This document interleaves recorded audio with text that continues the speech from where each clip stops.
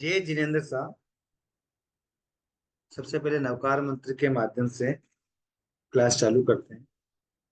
नमो अरिहंताणम, नमो सिद्धाणम, नमो आयर्याणम, नमो वज्रायाणम, नमो लोये सवसाहुणम।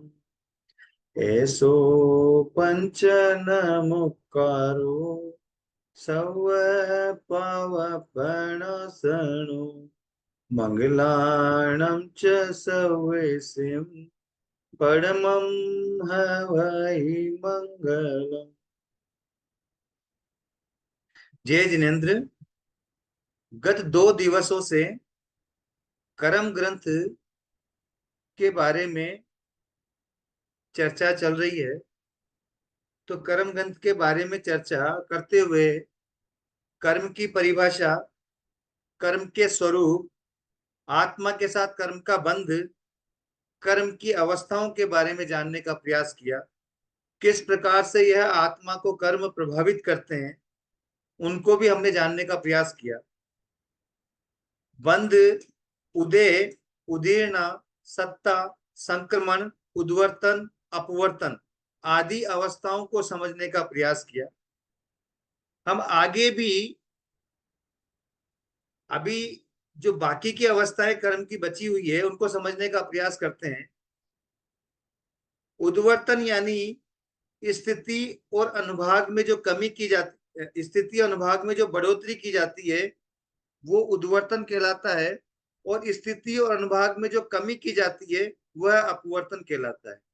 परिणाम विशेष से, अपने आत्मा के परिणाम अध्यवसाय विशेष से जो हमारे कर्म की स्थिति बंधी हुई है, जो हमारे कर्म का अनुभाग बंधा हुआ है, उसको जो बढ़ाया जाता है वह उद्वर्तन कहलाता है, और उसको जो घटाया जाता है वो अपवर्तन कहलाता है।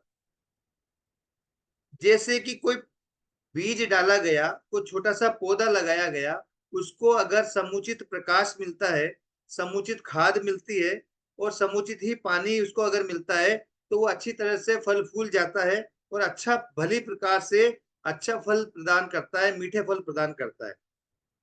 वैसे ही जिस किसी कर्म को परिणामों से वृद्धि प्राप्त हो जाता है, जो हमारे कर्म बंधा हुआ है उसको हमारे अध्यवसाय विशेष के कारण से अगर उसमें बढ़ोतरी हो जाती है तो वो उद्वर्तन कहलाता है।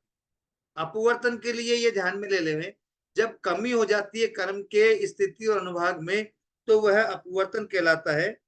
अपवर्तन के लिए एग्जाम्पल लेते हैं, जैसे मान लीजिए बुखार आ रहा है और गर्म तेज बुखार आ रहा है 102 डिग्री 103 डिग्री का। अगर हम गीली पट्टी आदि लगाते हैं तो गीली पट्टी आदि अगर माथे पे लगाते हैं, सिर पे लगाते हैं तो उसका ताप कम हो जाता है। वैसे ही जो कर्म हमारे बांधे हुए हैं उन कर्म में अगर परिणाम विशेष से अध्यवसाय विशेष से हमारे प्रशस्त अध्यवसायों के कारण से उसके स्थिति और अनुभाग में अगर कमी आती है तो वह अपवर्तन कहलाता है। अब कर्म की एक स्पेशल अवस्था की बात करते हैं, और कर्म की स्पेशल अवस्था है उपशमन यानी उपशम। उपशम यानी दबाना। जब कर्म हमारी आत्मा पर लगे हुए उस कर्म को इस योग्य कर दिया जाता है कि वह कर्म न तो विपाक उदय दे सके और न ही प्रदेश उदय दे सके। 2 प्रकार का उदय बताया जाता है। एक विपाक उदय क्लास में कल बताया भी गया था। विपाक उदय यानी जो अनुभव में आता है, और प्रदेश उदय यानी कि जो अनुभव में नहीं आता है। जो अनुभव में आता है वो विपाक उदय कहलाता है, और जो अनुभव में नहीं आता है वो प्रदेश उदय कहलाता है। जैसे एग्जाम्पल, अगर आप यहाँ पर बैठे हैं, आप किसी रूम में बैठे हैं, जो जो चीजें आपको दिखाई दे रही है वो चीजें आपके विपाक उदय मानी जाएगी। तो जो चीजें अलमारी के अंदर पैक हैं वो आपको दिखाई नहीं देती है, आपको भले वो चीज है जरूर, वो वस्तु है जरूर, लेकिन वो आपको सामने दिखाई नहीं दे रही है, तो उसको हम कहते हैं प्रदेश उदय।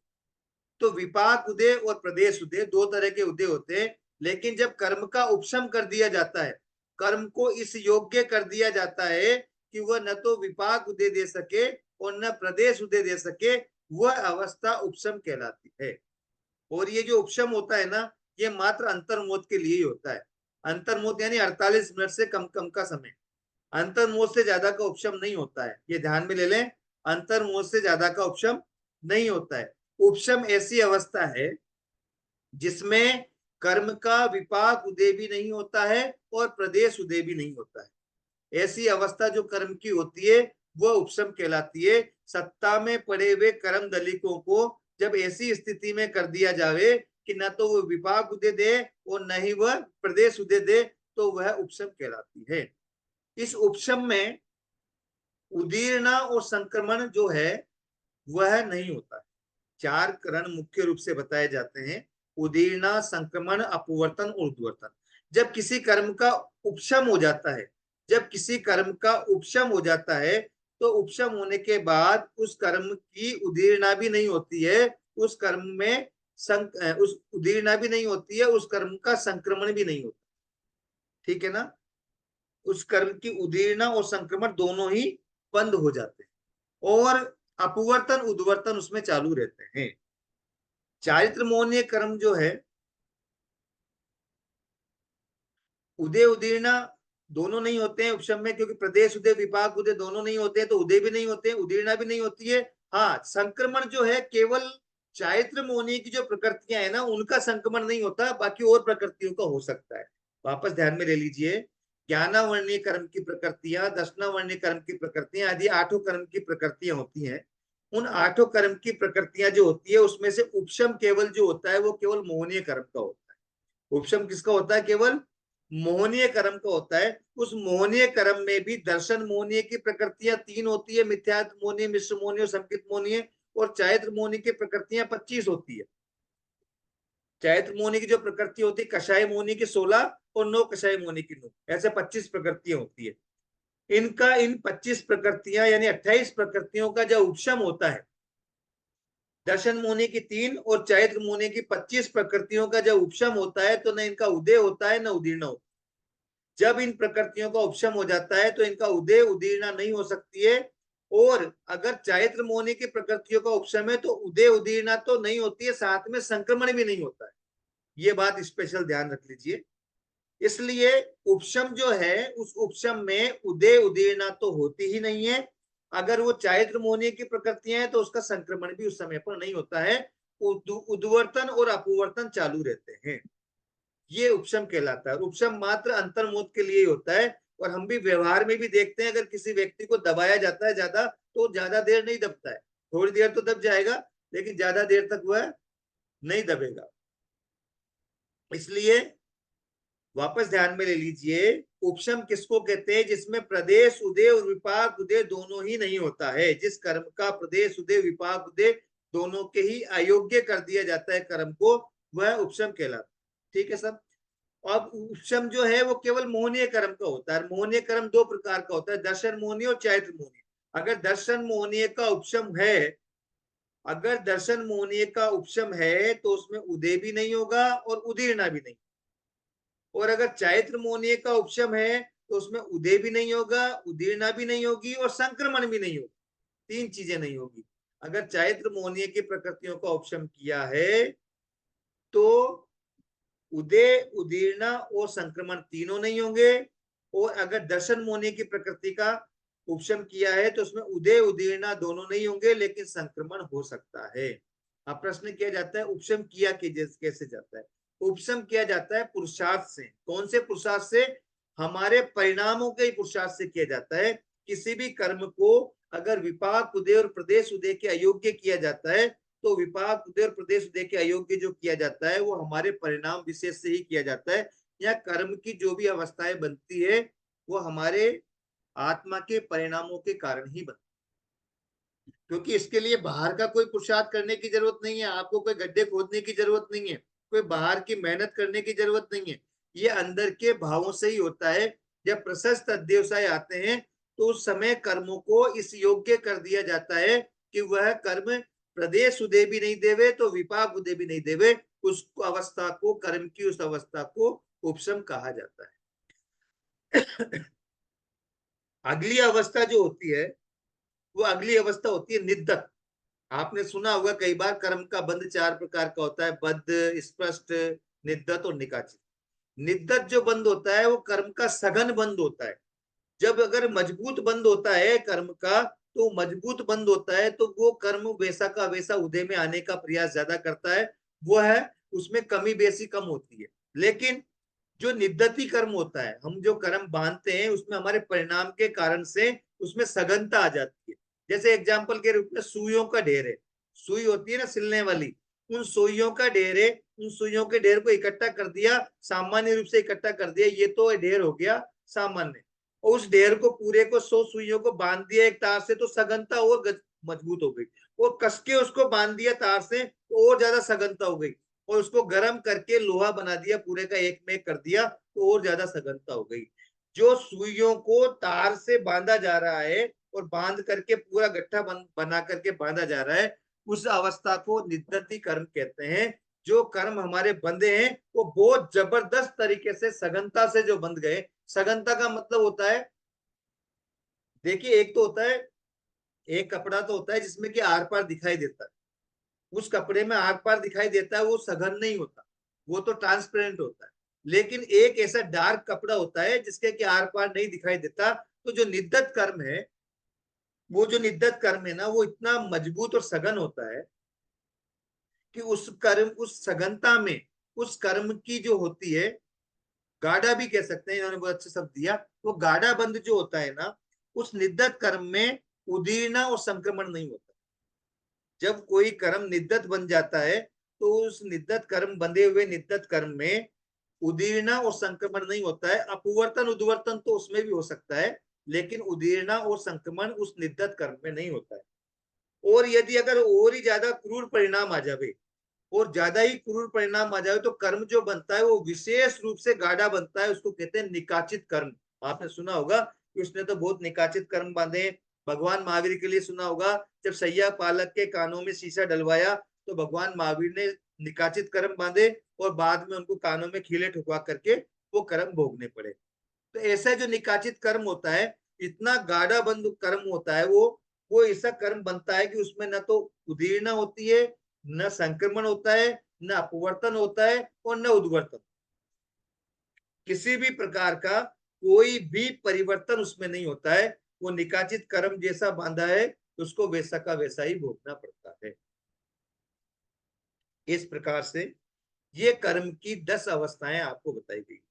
पहली अवस्था बंध, दूसरी उदय, तीसरी उदीर्णा, तीसरी चौथी सत्ता, पांचवी संक्रमण, छठी उद्वर्तन, सातवीं अपवर्तन, आठवीं संक्रमण, आठवीं उपशमन, और नवीं निद्दत, और 10वीं निकाचित। ऐसे कर्म की 10 अवस्थाएं होती है।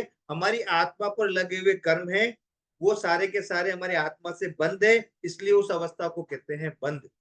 उदय किसको कहते हैं? जो कर्म बंधे हुए हैं उनका जो अबाधा काल पूरा हो गया है, अबाधा काल पूरा होने के बाद जो वो हमारे उदय में आएंगे, उसको कहते हैं उदय अवस्था।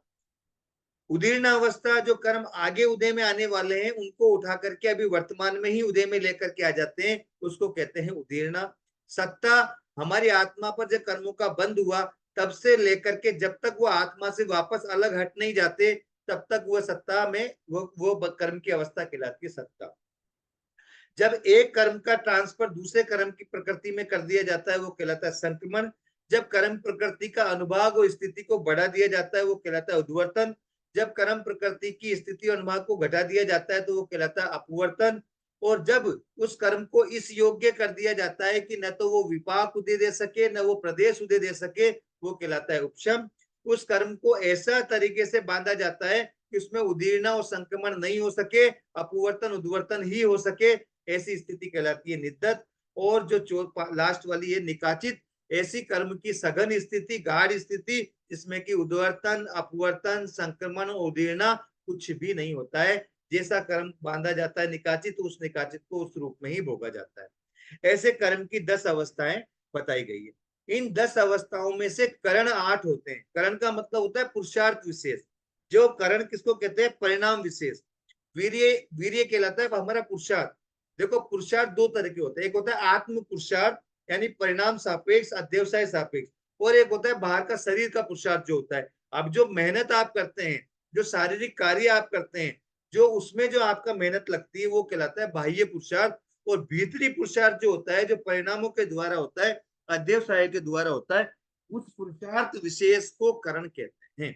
तो इस पूरे 10 अवस्थाएं हैं, उसमें से करण 8 ही है, क्योंकि सत्ता कोई करण नहीं होती है और उदय कोई करण नहीं होता है, क्योंकि सत्ता तो स्टॉक में पड़ी है, उसके लिए परिणाम विशेष नहीं चाहिए। अगर आपको उदीर्णा करनी है तो परिणाम चाहिए, आपको संक्रमण करना है तो परिणाम चाहिए, आपको उदीर्णा करनी है तो परिणाम चाहिए, उद्वर्तन अपवर्तन निद्दत और निकाचित कर्म को करना है तो परिणाम चाहिए। उदय के लिए कुछ नहीं चाहिए, बंद होने के बाद उदय अपने आप आता है, उसके लिए जीव के परिणाम जरूरत नहीं है। और सत्ता भी जब कर्म बन जाता है तो स्टॉक में हमारी आत्मा के साथ कर्म उद्गल लगे रहते हैं, उसके लिए कोई परिणामों की आवश्यकता नहीं। बंद के लिए परिणाम चाहिए, लेकिन बंधने के बाद जो हमारे आत्मा से जुड़ गए हैं, वो जुड़े हुए रहने की स्थिति को सत्ता कहते हैं। इसलिए करण 8 ही होते हैं, उदय और सत्ता करण नहीं होते। अब देखिए 1 से लेकर के और 10 गुणस्थान तक, मिच्छा में 8 गुणस्थान तक, क्योंकि 8वां गुणस्थान अपूर्व करण गुणस्थान है। 9वें गुणस्थान में कर्मों को तोड़ने की तैयारी चालू करता है जीव। तो 8वें गुणस्थान तक तो सारे के सारे 8 करण होते हैं। देख लीजिए 10 अवस्थाएं बताई गई है कर्म की, उन 10 अवस्थाओं में से उदय और सत्ता, ये 2 अवस्थाएं करण नहीं होती। और 1 से लेके 8वें गुणस्थान तक 8 करण होते हैं। 8 करण का मतलब बंध, उदीर्णा, संक्रमण, उद्वर्तन, अपवर्तन, उपशमन, निद्दति और निकासन, ये 8 करण कहां तक होते हैं? 1 से लेके 8वें गुणस्थान तक। लेकिन जब जीव 9वें 10वें गुणस्थान में पहुंच जाता है तो उसके 3 करण नहीं होते हैं। कौन कौन से? देशोपशमना नहीं होती है, और निद्दति नहीं होती है, और निकास नहीं होती। अब प्रश्न होना चाहिए देशोपशमना क्या है? देखो जो उपशमन करण जो अपन ने लिया है ना, वो उपशम करण 2 प्रकार का होता है, एक सर्वोपशम और एक देशोपशम। तो सर्वोपशम का मतलब तो होता है, सर्वोपशम तो हमारे 10वें गुणस्थान तक रह सकता है, लेकिन देशोपशम है वो 8वें गुणस्थान तक रहता है। सर्वोपशम में तो सभी प्रकार के कर्म पुद्गल जो रहते हैं कर्म प्रकृति को, कोई भी उदय में नहीं आ सकते। लेकिन देशोपशम जो होता है वो देशोपशम 8 कर्मों में होता है। तो देशोपशम जो है कर्म की ऐसी स्थिति जो देश रूप से, यानी पूरा कर्म नहीं, उसका एक टुकड़ा जो है वो उपशम हुआ है। जैसे एग्जाम्पल के रूप में आपके अकाउंट में 1 लाख रुपए हैं, 1 लाख में से आपका बैंक वालों ने आपका 10,000 रुपए लॉक कर दिया, तो ये कहलाता है देशोपशम। यानी 10,000 रुपए ही का ही उपशम हुआ है, 90,000 का उपशम नहीं हुआ है। तो ऐसी अवस्था जो किसी कर्म पुद्गल की होती है, वो कर्म पुद्गल की जो कुछ अवस्था ऐसी होती है जो देशोपशम हो जाती है, ऐसी जो कर्मों की स्थितियां होती है वो 8वें गुणस्थान तक ही होती है। तो 8वें गुणस्थान तक देशोपशम, निद्दति और निकासना होती है। बाकी करण भी होते हैं, लेकिन 8वें के ऊपर ये 3 करण नहीं होते हैं। कौन कौन से नहीं होते हैं? देशोपशम नहीं होता, निद्दति नहीं होता, और निकासना नहीं। 9वें 10वें गुणस्थान में 5 ही करण रह जाते हैं। सर्वोपशम तो रहता है, उपशम का जो पार्ट सर्वोपशम है ना वो रहता है, लेकिन उसको पूरी तरह से करण नहीं है, वो आधा ही करण रह गया, इसलिए 5 ही करण यहाँ पर बताए गए। अब 11वें गुणस्थान में क्या होता है? 11वें गुणस्थान में संक्रमण नहीं होता। 11वें गुणस्थान में संक्रमण को नहीं छोड़ करके 4 ही करण होते हैं। संक्रमण जो होता है वो 10वें गुणस्थान तक ही होता है। 11वें 12वें 13वें में 4 ही करण रह जाते हैं। 4 करण कौन कौन से हैं? बंध, उदीर्णा, उद्वर्तन और अपवर्तन, ये 4 ही करण रह जाते हैं। कहाँ पे? 11 12 13वें गुणस्थान। और 14वें गुणस्थान में कोई करण नहीं होता है, क्योंकि जीव अयोग्य हो जाता है। केवल एक स्त्रीमुख संक्रमण होता है जिसको प्रदेश उदय के द्वारा कहा जाता है, वो केवल मात्र रहता है, बाकी किसी प्रकार का कोई करण नहीं होता है। ये 10 अवस्थाओं को बताया, 8 करणों को गुणस्थानों में बताया। अब एक शब्द जो अबाधा काल है, जिसकी चर्चा हमने पहले भी कर ली थी कि अबाधा काल किसको कहते हैं। तो अबाधा काल है जब तक कर्म बंधने के बाद, जब तक कर्म का विपाक उदय प्रदेश उदय नहीं आता है, जब तक वह कर्म हमको किसी प्रकार से बाधा नहीं पहुंचाता है, तब तक वह कर्म क्या कहलाता है? उसकी कर्म की स्थिति कहलाती है अबाधा काल। अबाधा काल का मतलब होता है वो कर्म जो है हमको किसी भी प्रकार से बाधा नहीं पहुंचा रहा है। ठीक है सर? ये अबाधा काल की स्थिति होती है। अब आगे चलते हैं कर्म के प्रकार। देखिए सबसे पहली बात तो कर्म बंध जो होता है ना, उसके प्रकार मैंने पहले भी आपको चर्चा में भूमिका रखते हुए बता दिया था कि प्रकृति बंध, स्थिति बंध और अनुभाग बंध और प्रदेश बंध। कोई भी चीज आती है ना, कोई भी चीज अगर हमारे आत्मा से लगी है, यानी कर्मों को जो पुद्गल हमारे आत्मा से लगे हैं, उसमें चार चीजों में विभक्त हो जाती है। वो आत्मा पे जो कर्म लगे हैं, वो हमारी आत्मा को कैसे प्रभावित करेंगे, किस प्रकार प्रभावित करेंगे, ये उसकी प्रकृति होती है। कितने समय तक प्रभावित करेंगे, ये उसकी स्थिति होती है। और कितना प्रभावित करेंगे, ये उसका अनुभाग होता है। और कितने प्रदेश जो है हमारे आत्मा से आकर के लगे हैं, ये उनका प्रदेश होता है। जैसे गाय ने चारा खाया, गाय ने क्या खाया, चारा खाया। चारा खाने के बाद उस चारा खाने से उसके शरीर में दूध की उत्पत्ति हुई। अब जो चारा खाने से जो दूध की उत्पत्ति हुई है, दूध जो है वो गाय का दूध कैसा होता है, मधुर, यानी मीठा।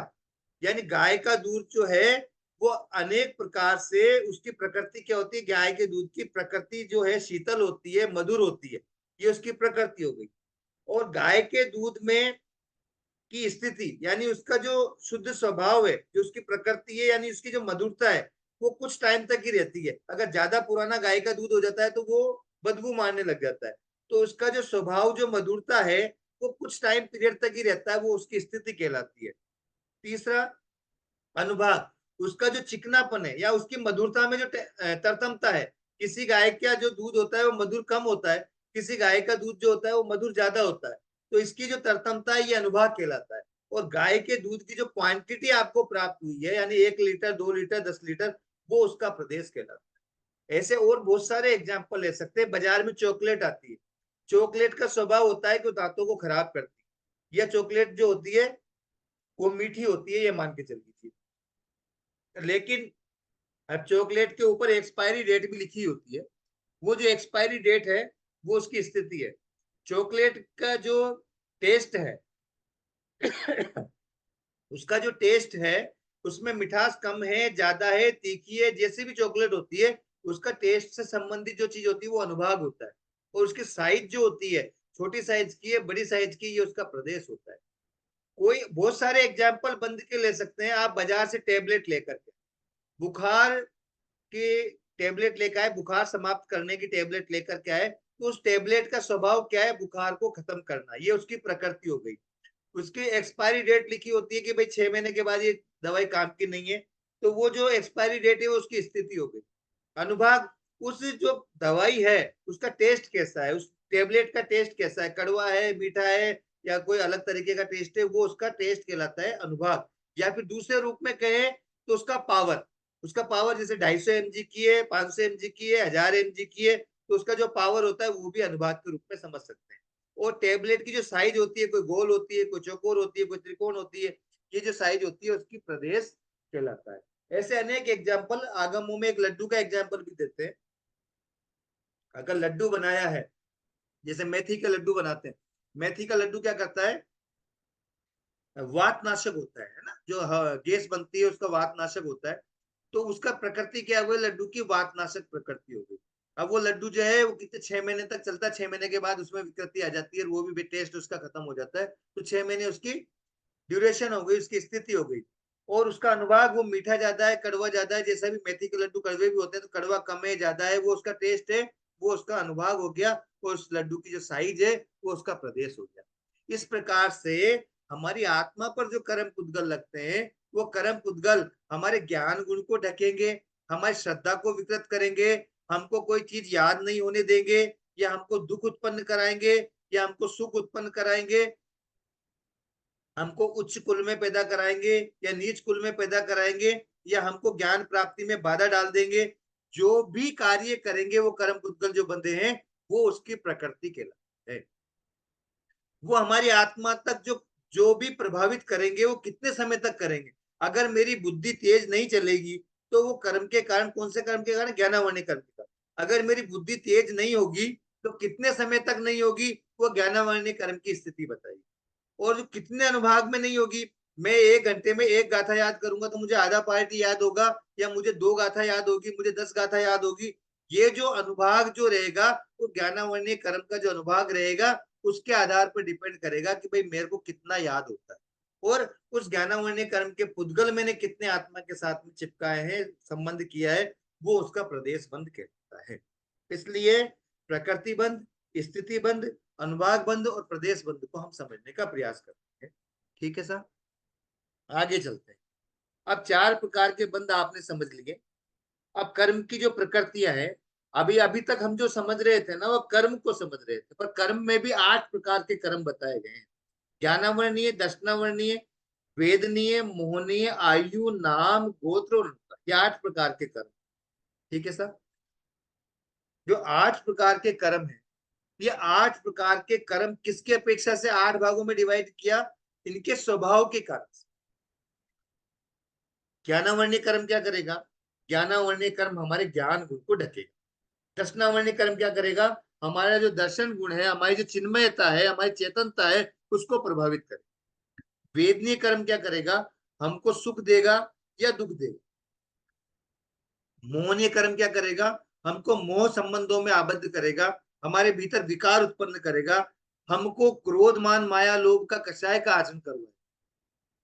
आयु कर्म क्या करेगा? हमको संसार में रोके रखेगा। जैसे वर्तमान में आयु कर्म के जैसे है, अभी मनुष्य आयु बांधा हुआ है, तो अगर मान लो 70 साल का, 80 साल का जो भी बांधा हुआ है, तो 80 साल तक हमको मनुष्य गति में रोके रखेगा।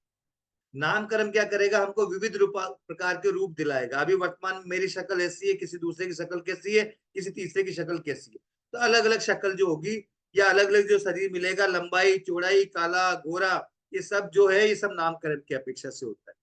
गोत्र कर्म क्या करेगा? हमको कैसा कुल दिलाएगा, हमारे संस्कार कैसे उत्पन्न करेगा।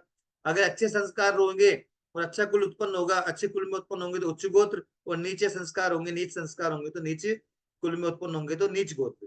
अंतराय कर्म, अंतराय कर्म हमारे किस प्रकार से बाधा डालेगा, हमको दान देने में बाधा, लाभ प्राप्त करने में बाधा, जो डलती है वो अंतराय कर्म के कारण से डलती है। तो अपने अपने स्वभाव के कारण से कर्मों के 8 विभाग करती है। ज्ञानावर्ण, दर्शनावर्ण आदि 8 विभाग उन कर्मों के कर दिए गए। अब देखिए कर्म जो है ना, एक एक कर्म, ये एक एक कर्म ज्ञानावर्णीय, दर्शनावर्णीय, वेदनीय, मोहनीय, आयु, नाम, गोत्र, अंतराय, इनकी इनका सबका अपना अपना बायोडाटा है, आपका अपना अपना सबका परिचय है। ज्ञानावर्णीय कर्म जो है उसका अलग पूरा परिचय है, दर्शनावर्णीय कर्म का पूरा परिचय है, वेदनीय का पूरा परिचय। ऐसे 8 कर्मों का अपना अपना पूरा परिचय। ये पूरा का पूरा जो परिचय है ना, ये परिचय को जानना ही पहला कर्म। पहला कर्म ग्रंथ क्या है? पहला कर्म ग्रंथ में अभी जो अभी तक आपको बताया वो केवल मात्र भूमिका थी, कि कर्म ग्रंथ की भूमिका थी। अब ये पहला कर्म ग्रंथ स्टार्ट होता है। अब होता है 8 कर्म जो है, उन 8 कर्म का सबका अपना अपना जो बायोडाटा है, या अपना अपना जो परिचय है। वो कर्म जो है उसकी प्रकृतियां कैसी है, उसका लक्षण क्या है, उसकी परिभाषा क्या है, वो हमारे आत्मा को कैसे प्रभावित करता है, और वह कितने समय तक हमारी आत्मा से लगा रहता है, और इस कर्म को बांधने के क्या क्या कारण है, इस कर्म को काटने के क्या क्या कारण है। ये पूरी जो जानकारी होती है कर्म के संबंध में, यही हमारा पहला कर्म ग्रंथ कहलाता है। वो चाहे ज्ञानावर्णीय के संबंध में हो, चाहे दर्शनावर्णीय के संबंध में हो, चाहे वेदनीय के संबंध में हो, चाहे वो मोहनीय के संबंध में हो। 8 कर्म जो है, वो 8 के 8 कर्म ही, उनका जो पूरा परिचय प्राप्त किया जाता है, वो परिचय ही ये पहला कर्म ग्रंथ कहलाता है। ठीक है सर, अब चलते हैं वहां पर, थोड़ी थोड़ी और जानकारी अपन कर लेते हैं। ये 8 कर्म है ना, इन 8 कर्मों को भी 2 भागों में डिवाइड कर देते हैं। इनमें से 4 कर्म तो घाती होते हैं, और 4 कर्म कौन से होते हैं? अघाती होते हैं।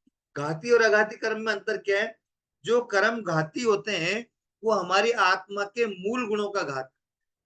मूल गुणों का मतलब हमारी आत्मा के जो मौलिक गुण हैं, ज्ञान, दर्शन, सुख और शक्ति, ये 4 हमारे मौलिक गुण हैं। हमारे आत्मा के ज्ञान, दर्शन और सुख और शक्ति, अनंत शक्ति जो है, ये हमारी आत्मा के मौलिक गुण है। इन मौलिक गुणों का घात करने वाले कर्म जो होते हैं, वो घाती कर्म कहलाते हैं। और जो अघाती कर्म है 4, वो अघाती कर्म जो है, वो मौलिक गुणों का घात तो नहीं करते, पर सामान्य जो हमारे गुण होते हैं, उन सामान्य गुणों का घात करते हैं। जैसे सरलता है, विनम्रता है, आदि जो गुण होते हैं, उन गुणों का वो घात करने वाले होते हैं। अब कौन से घाती होते हैं और कौन से अघाती होते हैं, इनकी जानकारी भी हमको जरूरी है। तो देखिए 4 कर्म घाती होते हैं और 4 कर्म अघाती। ज्ञानावर्णीय, दर्शनावर्णीय, मोहनीय और अंतर। ज्ञानावर्णीय, दर्शनावर्णीय, मोहनीय और अंतराय जो 4 कर्म है, वो घाती हैं और वेदनीय, आयु, नाम और गोत्र, ये 4 कर्म जो है वो आघाती। इसको याद करने के लिए इजी है ना, मेथड याद रख लीजिए। 1 दूनी 2, 2 दूनी 4, 4 दूनी 8। 1 दूनी 2 यानी 1 नंबर और 2 नंबर, 2 दूनी 4, 4 नंबर, 4 दूनी 8, 8। यानी 1 नंबर का कर्म घाती है, 2 नंबर का कर्म घाती है, 4 नंबर का कर्म घाती है और 8 नंबर का कर्म। यानी 1 दूनी 2, 2 दूनी 4, 4 दूनी 8। यानी 1, 2, 4, 8 इस नंबर वाले जो कर्म है, यानी कि ज्ञानावर्णीय, दर्शनावर्णीय, मोहनीय और अंतरा, ये 4 जो कर्म है ना, ये 4 कर्म घाती है, हमारे आत्मा के मूल गुणों को घात करते हैं। और ऐसे मैं आपको स्पेशल रूप से कह दूं, ये घाती कर्म है ना, इनको तोड़ने की साधना हम करते हैं। आघाती कर्म कोई विशेष ज्यादा वो नहीं है। घाती कर्म जब टूट जाते हैं ना, तो आघाती कर्म तो अपने आप टूट जाते हैं, उनको ज्यादा अपन को काटने की जरूरत नहीं पड़ती है। इसलिए हमारा पुरुषार्थ इन घाती कर्मों को काटने का होना चाहिए। जैसे ज्ञानावर्णीय कर्म को काटने के लिए हमको खूब स्वाध्याय करना चाहिए, हमको खूब स्वाध्याय करना चाहिए। हम खूब स्वाध्याय करेंगे तो हमारा ज्ञानावर्णीय कर्म कटेगा। हमको दर्शनावर्णीय कर्म को काटना है तो हमको सजगता रखनी चाहिए, हमको जागृति रखनी चाहिए, हमको विवेक रखना चाहिए, ताकि हमको प्रमाद में नहीं रहना। दर्शनावर्णीय कर्म के भेदों में जब अपन देखेंगे तो निद्रा निद्रा आदि आएंगे, तो हमारे भीतर जागृति की कमी होती है, तो दर्शनावर्णीय कर्म बंद होता है। तो जब हम जागृत हो जाएंगे, सजगता रखेंगे, हर प्रवृत्ति में विवेक रखेंगे, हम यत्न रखेंगे, तो हमारे दर्शनावर्णीय कर्म कटेगा।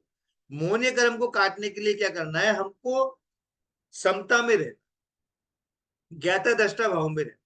हमको ज्ञाता दृष्टा और समता भाव में रहेंगे तो हमारे मोहनीय कर्म हट जाएगा। और अंतराय कर्म को काटने के लिए हम सबको सहयोग करें। हम हमारे बाधा क्यों पड़ती है, क्योंकि हमने किसी दूसरे को बाधा दी है। हमने अंतराय क्यों पड़ती है, क्योंकि हमने किसी दूसरे को अंतराय दी है। हम अगर अंतराय कर्म को हमको काटना है तो हम सबको सहयोग करें। कोई दीक्षा लेने वाला है उसको सहयोग करे, कोई पढ़ने वाला है उसको सहयोग करे, कोई आगे बढ़ने वाला है तो उसको सहयोग करे। तो सहयोग करेंगे तो ज्ञान अंतराय कर्म भी कटेगा। तो घाती कर्मों को काटने का ही मेन पुरुषार्थ करना है। आयु कर्म को काटने का पुरुषार्थ नहीं करना। आयु कर्म को कैसे काटोगे, क्या सुसाइड करोगे? नहीं, ऐसे कभी नहीं होता। आयु कर्म ऐसे नहीं करता है। आयु कर्म नहीं करता, नाम कर्म नहीं करता, गोत्र कर्म नहीं करता है। हमको जो काटना है ना, वो कौन से घाती कर्मों को ही काटना है, यानी घाती कर्मों का ही नाश करना है। घाती कर्मों का नाश अगर हम कर देंगे, आघाती कर्म जो है वो अपने आप चले जाएंगे। जैसे राजा और सेनापति को मार दिया युद्ध में, तो बाकी सेना लड़ाई नहीं करती है, बस राजा और सेनापति मरा और सेना अपने आप लौट जाती है। तो कर्मों का राजा मोहनीय कर्म को कहा जाता है। वह कर्मों का राजा मोहनीय कर्म है, और बाकी जो ज्ञानावर्णी, दर्शनावर्णी और अंतराय है, ये सेनापति मान लीजिए। तो राजा और सेनापति को अगर मार दिया गया तो सेना अपने आप चली जाती है, हार मान लेती है। हमारा पुरुषार्थ घाती कर्मों को काटने का होना चाहिए। अब इन कर्मों को दूसरे प्रकार से भी कहते हैं, दूसरे प्रकार से इनको समझने का प्रयास करते हैं। ज्ञानावर्णीय और दर्शनावर्णीय आवारक होते। आवारक मतलब आवरण करने वाले। आवरण करने वाले को कैसे समझेंगे, जैसे कि कोई एक वस्तु है, उस वस्तु के आगे एक तो व्हाइट कपड़ा लगा दिया, एक ब्राउन कपड़ा लगा दिया और एक ब्लैक कपड़ा लगा। उस वस्तु के आगे व्हाइट कपड़ा लगा दिया, ब्राउन कपड़ा लगा दिया और एक ब्लैक कपड़ा लगा दिया। अब देखिए, उस पे उस वस्तु के आगे आवरण कर दिया आपने, तो व्हाइट कपड़े का जो आवरण है वो तो फिर भी कुछ ना कुछ आपको दिखा देगा कि पीछे कौन सी वस्तु है। तो आपको मालूम पड़ जाएगा, क्योंकि व्हाइट कपड़े का जो आवरण होता है ना, वो बहुत सिंपल होता है, कमजोर होता है। लेकिन ब्राउन कपड़े का जो आवरण है, वो आपको ये तो बता देगा कि पीछे कोई वस्तु है। वो इतना तो नजर आ जाएगा आपको पीछे कोई वस्तु है, परंतु ये पहचान नहीं पाओगे कौन सी वस्तु। लेकिन जब ब्लैक कपड़े का अगर आवरण लगा हुआ है, ब्लैक कपड़े का अगर पर्दा लगा हुआ है, तो उसके पीछे हमको कुछ भी नहीं दिखाई देता है। बस यही ज्ञानावर्णीय और दर्शनावर्णीय कर्म का आवरण होता है। जब ज्ञानावर्णीय कर्म का आवरण होता है, तो हमको अगर ज्यादा आवरण है, तो हम चाहे कोई भी चीज याद करें, कोई भी चीज अगर हम याद करते हैं तो वो हमको याद नहीं। अगर कम आवरण है, ज्ञानावर्णीय कर्म का प्रभाव कम है, उसका आवरण हमारे ऊपर कम लगा हुआ है, यानी कि ये मान लीजिए ब्राउन कपड़े का आवरण है, तो हमको कुछ कुछ याद होता है। भले एक बार समझाने से नहीं समझ में आता, लेकिन 2-3 बार अगर कोई समझाता है तो वो हमको समझ में आ जाता है। लेकिन अगर ज्ञानावरण कर्म का आवरण बिल्कुल कम लगा हुआ है, तो अगर बिल्कुल कम आवरण लगा हुआ है तो हमको एक बार में समझाने से ही समझ में आ जाता है। ऐसे जो आवारक कर्म है, जो हमारे ज्ञान गुण और दर्शन गुण पर आवरण लाए हुए हैं, अगर आवरण लाए हुए हैं तो आवरण अगर लेकर के आए हैं तो वो कर्म दो कहलाते हैं, ज्ञानावरणीय और दर्शना। दो कर्म ऐसे हैं जो हमारे आत्मा पर आवरण, आत्मा के गुणों पर आवरण लेके आते हैं। देखो, एक चीज होता है आवरण, एक होता है अपहरण, है ना, ये दोनों ध्यान रखना। आवरण अपहरण में अंतर है। आवरण का मतलब तो उसको दबाया है, और अपहरण का मतलब चीज को उठा करके दूसरी जगह रख दिया है। ये ध्यान, यहाँ पे हमारे ज्ञान और दर्शन जो गुण है ना हमारी आत्मा के, वो कभी भी हमारी आत्मा से अलग नहीं होते, हमारे साथ ही रहते हैं, जीव के साथ ही रहते हैं। लेकिन ये ज्ञानावरण दर्शनावरण क्या करते हैं, उसको दबा देते हैं।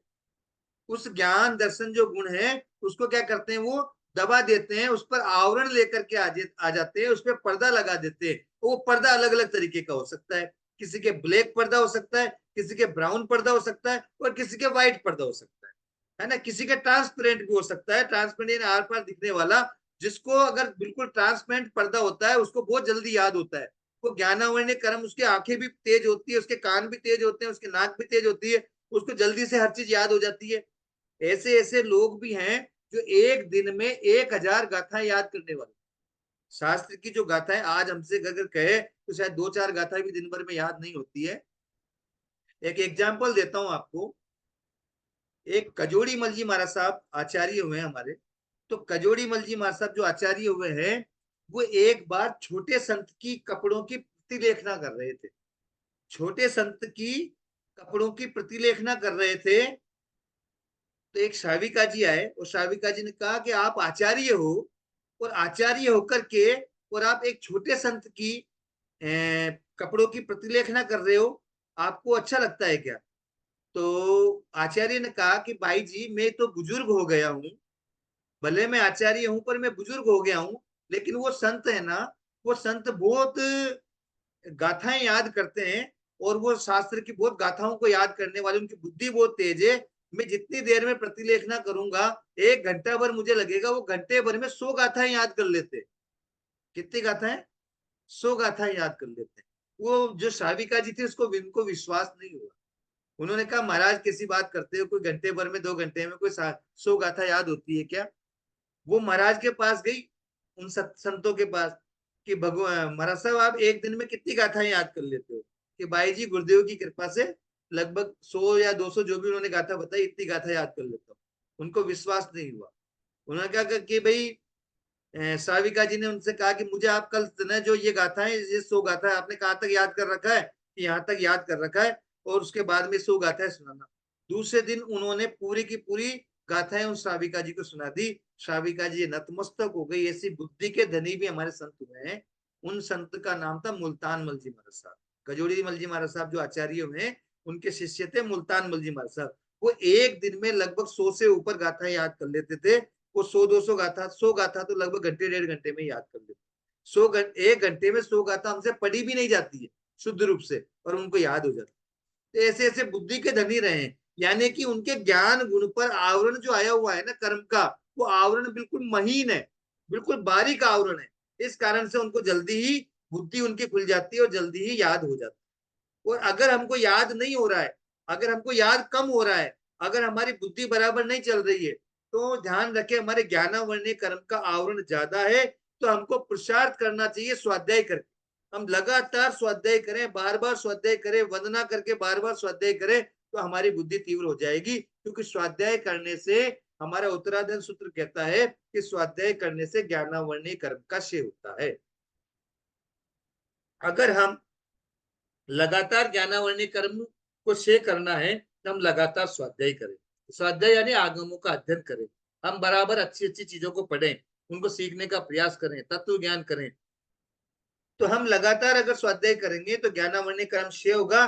जो हमारा आवरण मोटा लगा हुआ है, हमारे ज्ञान गुण पर जो मोटा आवरण लगा हुआ है धीरे धीरे पतला होता जाएगा और हमारी बुद्धि भी खुलती जाएगी और हम भी जल्दी से जल्दी ज्ञान ध्यान को सीख सकेंगे, समझ सकेंगे और ज्ञान को सीख करके और विवेक को अपना सकेंगे। तो दो कर्म आपने कौन से बताए, ज्ञानावर्णीय और दर्शनावर्णीय कर्म जो है वो कौन से हैं, आवारक कर्म है। मोहनीय कर्म को विकारक कर्म, ज्ञानावर्णीय दर्शनावर्णीय तो कौन से कर्म हो गए, आवारक, और मोहनीय कर्म को कहा है विकारक, विकार पैदा कर देता है, वो आत्मा में विकार राग द्वेष की प्रवृत्ति जगा देता है। हम देखते हैं कि मोहनीय कर्म होने पर राग द्वेष की प्रवृत्ति होती है। कोई व्यक्ति अगर दुश्मन है और वो आपके मंडप में घुस गया है तो हमारा द्वेष जग जाता है, ये मेरा दुश्मन मेरे मंडप में कैसे आ गया। और अगर आपका दोस्त है और दोस्त अगर आपको दोस्त को कोई मंडप से निकाल देवे आपके मंडप से, तो आपको द्वेष जग जाता है कि मेरे दोस्त जो है उसको कैसे निकाल दिया, फटाक से उसको बुलाते हैं कि मेरे पास आकर के भेज। तो राग द्वेष की जो प्रवृत्ति है वो मोहनीय कर्म के कारण से होती है। जो विकार आत्मा में उत्पन्न होता है वो मोहनीय कर्म के कारण से होता है। तो विकारक किसको कहा है, मोहनीय कर्म को कहा है। एक अंतराय कर्म को बाधक कर्म कहा है। ज्ञानावर्णीय दर्शनावर्णीय को आवारक, मोहनीय को विकारक, क्योंकि वो विकार उत्पन्न करता है, हमारे भीतर में विकार विकार भावनाएं जागृत करता है, इस कारण से मोहनीय कर्म को विकारक कहा है। और अंतराय कर्म बाधा डालता है, यानी विघ्न उत्पन्न करता है, उसको विघ्नात्मक बोल सकते हो या बाधात्मक बोल सकते हो, बाधक बोल सकते हो। कोई चीज लाभ प्राप्त करनी है, वो लाभ प्राप्त करने में बाधा डाल देगा तो वो कौन सा कर्म होगा, वो अंतराय का, अपन बोलते हैं ना अंतराय पड़ गई, मेरे बाधा पड़ गई उस चीज को प्राप्त करने में, है ना, तो वो अंतराय कर्म कहलाता है। तो चौथा तीसरा डिपार्टमेंट किया बाधक। तो अंतराय कर्म क्या है, बाधा डालने वाला होता है, बाधा उत्पन्न करने वाला होता है, इसलिए उस अंतराय कर्म को बाधक कर्म भी कहते हैं। फिर बाकी के जो चार कर्म बचे हैं, बाकी के चार कर्म आघाती कर्म जो बच्चे हैं वो प्रापक कर्म, वो हमको प्राप्ति प्राप्त कराते हैं। वो किसी प्रकार कोई बाधा नहीं डालते, कोई आवरण नहीं करते, वो कोई विकार उत्पन्न नहीं करते, ये केवल हमको प्राप्त कराते हैं। जैसे वेदनीय कर्म है, वो क्या प्राप्त कराएगा, सुख और दुख प्राप्त कराएगा। आयु कर्म क्या प्राप्त कराएगा, हमको आयुष्य प्राप्त कराएगा, हमको उम्र प्राप्त कराएगा, हमको आयु प्राप्त कराएगा। गोत्र कर्म क्या प्राप्त कराएगा, हमको नीच गोत्र प्राप्त कराएगा या उच्च गोत्र प्राप्त कराएगा। नाम कर्म क्या प्राप्त कराएगा, नाम प्रकार विभिन्न प्रकार का रूप जो हमारा शरीर है, ये सब नामकरण के कारण से मिला। नामकरण को हम क्या कहते हैं, हम नामकरण को विधाता भी कह सकते हैं। कई लोग बोलते हैं ना विधाता ने इसको ऐसा ही बनाया है, विधाता ने इसको ऐसा ही गढ़ा है। तो हमारा जो ये स्वरूप दिख रहा है ना नामकरण के कारण से, इसलिए हमारे जैन धर्म में विधाता किसको कहा है, विधाता हमारे जैन धर्म में नामकरण को कहा है। ठीक है ना। तो चार कर्म कौन से होते हैं, प्रापक। जो चार आघाती कर्म होते हैं वो प्रापक, यानी प्रापक का मतलब होता है प्राप्त कराने वाले। तो प्राप्त कराने वाले वेदनीय कर्म सुख दुख प्राप्त कराता है, आयु कर्म आयु प्राप्त कराता है, नाम कर्म हमको शरीर इंद्रिय आदि प्राप्त कराता है, और गोत्र कर्म हमको ऊंचा नीचा गोत्र प्राप्त कराता है। वापस समझ ले में, ज्ञानावर्णीय कर्म और दर्शनावर्णीय कर्म आवारक है, आवरण करते हैं, हमारे आत्मा के जो गुण है उनके ऊपर आवरण लेकर के आ जाते हैं। किसी के ऊपर मोटा आवरण होता है, किसी के ऊपर पतला आवरण होता है, जैसा कर्म बांधा हुआ होता है उस प्रकार का मोटा और पतला आवरण होता है। अगर ज्यादा कर्म बांधे हुए तो मोटा आवरण रहेगा, और अगर कम कर्म बांधे हुए तो पतला महीन आवरण रहेगा। ठीक है साहब। और वे मोहनीय कर्म विकारक कर्म होता है, वो विकार उत्पन्न करता है, राग द्वेष की प्रवृत्ति उत्पन्न करता है। मोहनीय कर्म हमको विकार में लेकर के जाता है, और विकार ले जाने के कारण से वो काम वासना भी जगा सकता है, हमको घृणा भी उत्पन्न कर सकता है, द्वेष भावना भी जगा सकता है, अहंकार भाव भी उत्पन्न कर सकता है, और माया कपट आदि भी जगा सकता है, लोभ आदि का आचरण भी करा सकता है। ये सब विकार के अंतर्गत आते हैं, इसलिए मोहनीय कर्म को विकारक कहा जाता है। अंतराय कर्म हमारे बाधा डालने वाला होता है, हमको जो भी हमको उपलब्धि प्राप्त होने वाली होती है उस उपलब्धि प्राप्त होने में बाधा डाल देता है, विघ्न डाल देता है, डिस्टरबेंस कर देता है। इस कारण से इस अंतराय कर्म को बाधक कर्म कहते हैं। और बाकी के जो चार कर्म है उनको प्राप्त ही प्राप्त कराते हैं, हमको प्राप्त कराने वाले ही होते हैं, इसलिए वो प्रापक कर्म कहलाते हैं। अब ये आठों कर्मों की हमने छोटा सा परिचय तो प्राप्त कर लिया। अब आठों कर्म के प्रकृतियां, इनके जो सब जैसे ज्ञानावण्य कर्म, अकेला ज्ञानावण्य कर्म के पांच भेद बताए गए हैं, मध्य ज्ञानावरण, शुद्ध ज्ञानावरण, अवधि ज्ञानावरण, मन पर ज्ञानावरण, केवल ज्ञानावरण। इसकी पांच प्रकृतियां होती है, ज्ञानावण्य की पांच होती है, दर्शनावण्य की 9 प्रकृतियां होती है। वेदनीय की केवल मात्र दो ही प्रकृतियां होती है, साता वेदनीय और असता वेदनीय, ठीक है ना। मोहनीय कर्म की 28 प्रकृतियां होती है। दर्शन मोहनी की 3 होती है। चैत्र मोहनी के 2 पार्ट करते हैं, कषाय मोहनी और नौ कषाय मोहनी। कषाय मोहनी की 16 होती है और नौ कषाय मोहनी की 9 होती है, ठीक है। ये कर्म प्रकृति में आपने सब सीखी हुई है, मैं ज्यादा इनकी डिटेल में नहीं जा रहा हूँ। आयु कर्म की 4 प्रकृतियां होती है। नाम कर्म की 93 प्रकृतियां होती है। और गोत्र कर्म की केवल 2 प्रकृतियां होती है और अंतराय कर्म की 5 प्रकृतियां होती है। सामान्य रूप से छोटा सा बायोडाटा तो अपने आज कर लिया। भाई जो कर्म होते हैं वो 8 प्रकार के होते हैं। 8 प्रकार के कर्मों में 4 घाती होते हैं, 4 अघाती होते हैं। 2 कर्म आवारक होते हैं, एक कर्म विकारक होता है, एक कर्म बाधक होता है, 4 कर्म पापक होते हैं। ज्ञानावर्ण की 5, दशनावर्ण की 9, वेदनीय की 2, मोहनीय की 28, आयु की 4, नाम कर्म की 93 और गोत्र की 2 और अंतराय की 5, ऐसे प्रकृतियां होती है। अब एक एक कर्म का जो है परिचय अपन को प्राप्त करना है। जैसे ज्ञानावर्ण कर्म जो है उसकी मति, ज्ञानावर्ण कर्म किसको कहते हैं, उसकी परिभाषा क्या है, वो ज्ञानावर्ण कर्म की प्रकृतियां कौन कौन सी है, उनकी परिभाषा क्या है, तो ज्ञानावर्ण कर्म का बंध कैसे होता है, उसका उदय कैसे आता है, उसकी स्थिति कितनी है, उसका अबाधा काल कितना है, ये सारी डिटेल जो होती है, ये सारी डिटेल जो है कर्म प्रकृति की परिभाषा आदि को जान करके हम समझ सकते हैं। यहाँ पर मुख्य रूप से पहले कर्म ग्रंथ में परिभाषाएं बताई जाएगी प्रकृतियों की, जो उनके स्थिति और अबाधा काल तो लास्ट में एक बार में बता दिया जाएगा, क्योंकि पूरे ज्ञानावर्ण की 5 प्रकृतियों की एक ही स्थिति और अबाधा काल होता है ऐसे। इसलिए एक एक कर्म को लेकर के हम कल समझने का प्रयास करेंगे। जब भी नेक्स्ट क्लास होगी, कल या जब भी जो भी होगी, जब भी युति मंडल अरेंज करेगा, तो वो क्लास जो है उसके नेक्स्ट अपन जो भी रखने का प्रयास करेंगे। अभी आज जो विषय लिया या फिर जो कल या परसों जो विषय लिया था कर्म प्रकृति का, कर्म ग्रंथ का, उसमें किसी की जिज्ञासाएं हो तो वह पूछने का प्रयास करें, उनका मैं समाधान करूंगा। तो 9:30 तक अपन रखेंगे, 12 मिनट का समय, जिसको भी कोई जिज्ञासा हो जिज्ञासा पूछने का प्रयास करें।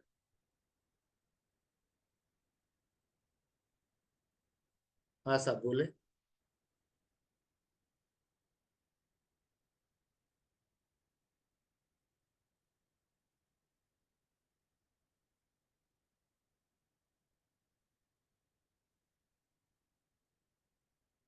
अनम्यूट करें जो भी हाथ खड़ा कर रहे हैं उनको।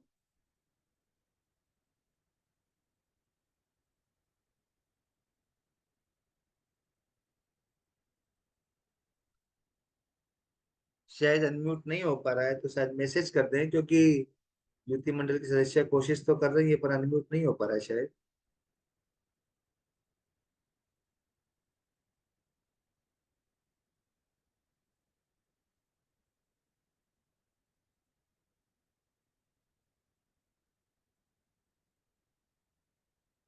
किसी का कोई प्रश्न हो तो चैट बॉक्स में डाल दें, अनम्यूट नहीं हो पा रहा है।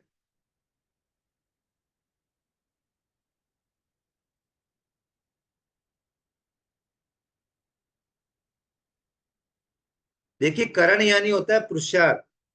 करण के बारे में पूछा गया। करण यानी होता है पुरुषार्थ, जो आत्मा के परिणाम विशेष से जो पुरुषार्थ किया जाता है उसको करण कहते हैं। वीर्य विशेष, वीर्य यहाँ पर शब्द जो प्रयोग किया जाता है वो वीर्य विशेष जो है परिणाम विशेष है। हमारे परिणाम विशेष जो जीव के होते हैं ना वो करण कहलाते हैं। हमारे परिणाम कभी ऐसे होते हैं कि दीक्षा ले लूं, और कभी परिणाम ऐसे होते हैं कि पाप कर्मों का खूब बंद करने लग जाते हैं। ये जो परिणाम विशेष होते हैं ये करण कहलाते हैं। हमारी आत्मा के जो परिणाम विशेष होते हैं, जो अध्यवसाय होते हैं, वो करण कहलाते हैं। एक सर्वोपशम बताया। सर्वोपशम का मतलब होता है जो पूरा का पूरा कर्म जो है, कर्म का दलिक है। मान लो 100 पुद्गल है, 100 के 100 पुद्गल जब प्रदेश उदय और विपाक उदय के अयोग्य हो जाते हैं तो वो सर्वोपशम कहलाता है। और जब उस 100 पुद्गलों में से 20 पुद्गल ऐसे हैं जो कि प्रदेश उदय और विपाक उदय के अयोग्य हो गए, बाकी के प्रदेश जो है वो उनका कुछ भी नहीं हुआ है, वो देशोपशम कहलाता है। और कोई प्रश्न?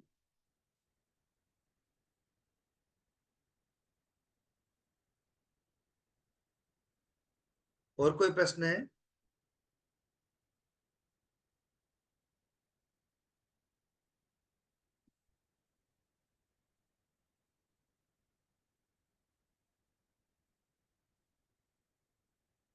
ये अनम्यूट करने की कोशिश कर रहे हैं।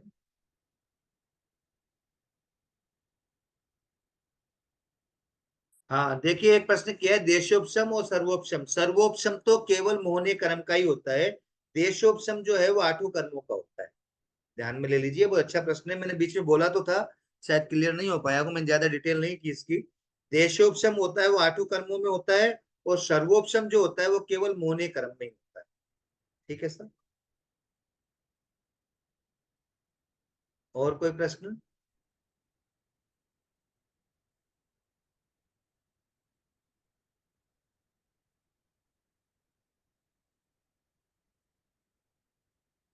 हाँ बिल्कुल, आयुष्य कर्म का भी देशोपशम हो सकता है। आठों कर्मों का देशोपशम कोई अलग से ज्यादा स्थिति नहीं है। आयुष्य कर्म के जो पुद्गल हैं, उन पुद्गलों में प्रदेश उदय और विपाक उदय के जो अयोग्य पुद्गल होते हैं ना, उनको देशोपशम कहा जाता है। कोई भी जो कर्म उदय में आता है ना, तो पूरी तरह से सारे के सारे पुद्गल विपाक उदय में नहीं आते हैं। कई पुद्गल उसके प्रदेश उदय में भी आते हैं। वर्तमान में जैसे मेरे साता वेदनीय का उदय चल रहा है, तो साता वेदनीय कर्म के जो पुद्गल उदय में आ रहे हैं वर्तमान में, तो पूरे के पूरे विपाक उदय में नहीं आ रहे। कई प्रदेश तो विपाक उदय में आ रहे, कई प्रदेश जो है प्रदेश उदय में आ रहे। इसलिए आयुष्य कर्म का भी देशोपशम होने में कोई बाधा नहीं।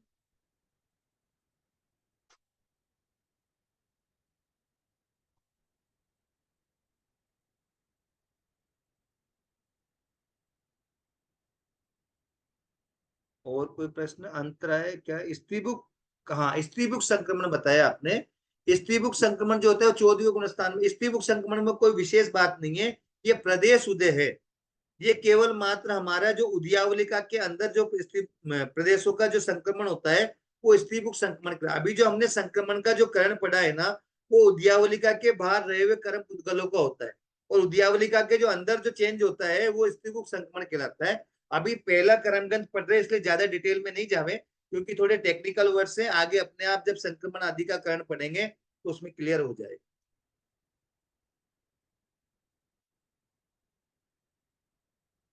एक प्रश्न किया है इन्होंने कि अंतराय सिर्फ क्या धर्म ध्यान से संबंध रखता है? नहीं। अंतराय हमारे को जो भी प्राप्त होने वाला है, अगर जो अंतराय कर्म मूल जो उसको घाती कर्म लिया है, वो आत्मा को जो जो भी चीजें प्राप्त होने वाली है, चाहे वो अनंत ज्ञान हो, चाहे अनंत दर्शन हो, चाहे अनंत दान लाभ भोग उपभोग और वीर्य, इन सब में जो बाधा डालता है वो अंतराय कर्म कहलाता है। और व्यवहार की अपेक्षा बाहर में जो भी चीज प्राप्त होने वाली है, उसमें जो बाधा डल जाती है, वो हमारे अंतराय कर्म होती है। इसलिए अंतराय कर्म को केवल मात्र धर्म ध्यान से ही नहीं जोड़े, ये सभी के साथ। आयुष्य कर्म का उपशम नहीं होता है, मैंने बताया देशोपशम होता है। 100 पुद्गलों में से 5 पुद्गल ऐसे हो जाते हैं उसके, जो वो विभाग उदय और प्रदेश उदय के अयोग्य हो जाते हैं, उसको देशोपशम कहते हैं। पूरा का पूरा कभी भी उपशम नहीं होता आयुष्य कर्म का, ये मैंने क्लियर कर दिया। पूरा का पूरा कर्म जब पूरा दब जाता है तो उसको सर्वोपशम कहते हैं। वो सर्वोपशम केवल मोहनीय कर्म का ही होता है।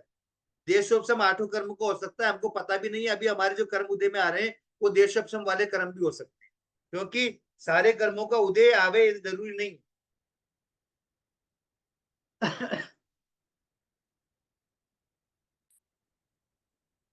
देखिए, आयुष्य कर्म का जो उदय आ रहा है, हर समय जो आयुष्य आ रहा है, जैसे एग्जाम्पल के रूप में हर समय हमारे 100 पुद्गल आयुष्य के उदय में आ रहे हैं। तो इस 100 पुद्गलों के पूरे जो उदय में आ रहे हैं ना, वो विपाक उदय में आवे जरूरी नहीं है। उन 100 पुद्गलों में से 80 तो विपाक उदय में आ रहे हैं, और 20 पुद्गल ऐसे हैं जो प्रदेश उदय से खत्म हो रहे हैं। इसलिए उसमें देशोपशम होने में कोई बाधा नहीं।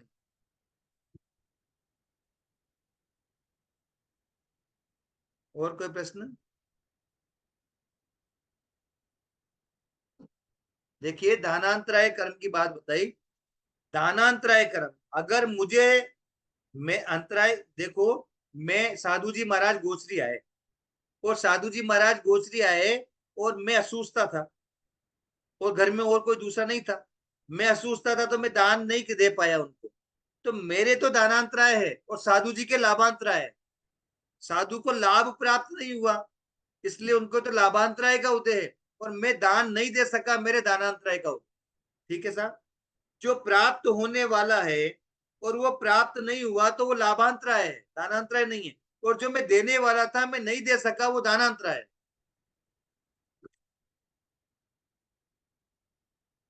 देखिए, बार बार प्रश्न नहीं करें, मैं एक बार वापस बता देता हूं। उपशम के दो प्रकार है, एक सर्वोपशम और एक देशोपशम। सर्वोपशम केवल मोहनीय कर्म का होता है, देशोपशम आठों कर्मों का होता है। आपने जो उपशम पढ़ा है मोहनीय कर्म का होता है, वो सर्वोपशम की अपेक्षा होता है, वो पढ़ाया। बार बार वो प्रश्न नहीं करें। मैंने फिर वो बोल दिया है, सर्वोपशम जो होता है, उपशम के दो भेद किए जाते हैं, सर्वोपशम और देशोपशम। सर्वोपशम जो होता है वो मौन कर्म का ही होता है, 100% सही है। और जो देशोपशम होता है वो आठों कर्मों को होता है। जहां कहीं भी ये कहा जाता है कि उपशम मौन कर्म का ही होता है, वो सर्वोपशम की अपेक्षा कहा जाता है। और कोई प्रश्न?